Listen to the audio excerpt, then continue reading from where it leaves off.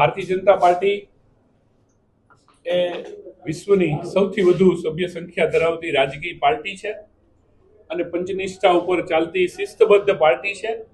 પાર્ટીની એક દરેક કાર્યની એક પદ્ધતિ હોય છે અને એ પદ્ધતિના ભાગરૂપે જ્યારે સ્થાનિક સ્વરાજ્યની ચૂંટણીઓ આવી રહી છે ત્યારે અમારી પરંપરા મુજબ આજે પ્રદેશમાંથી નિરીક્ષકો અત્રે આવ્યા છે અને જે કોઈ પણ કાર્યકર્તા કે જે ભારતીય જનતા પાર્ટી સાથે એકદમ નજીકથી જોડાયેલા છે, પાયાના કાર્યકર છે અને દરેક કાર્યકર્તા હોય એ કોઈ પણ એક ઈચ્છા સાથે રાજકીય પાર્ટીમાં કામ કરતો હોય છે।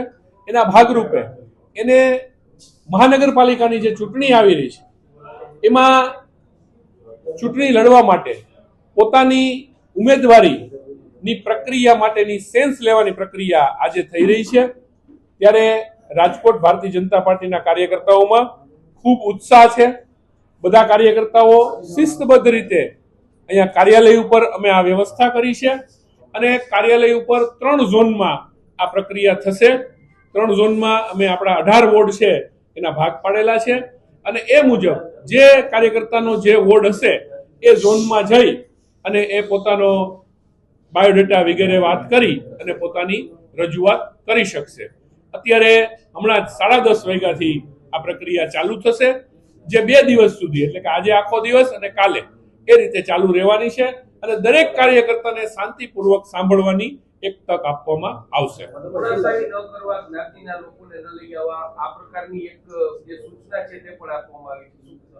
જી, ભારતીય જનતા પાર્ટીમાં દરેક વખતે આ જ રીતની અમારી સિસ્ટમ હોય છે કે ભાઈ દરેક કાર્યકર્તા અમારી માટે ખૂબ અગત્યનો છે અને એની માટે એને કોઈ એવી રજૂઆત કરવા માટે લયા બધાને લઈ સ્વાભાવિક છે કે દરેકને એમના જે સમર્થકો હોય એમાં ઉત્સાહ હોય એ સ્વાભાવિક છે, પરંતુ ભારતીય જનતા પાર્ટીનો કાર્યકર્તા એક પદ્ધતિ સાથે કામ કરવા ટેવાયેલો છે।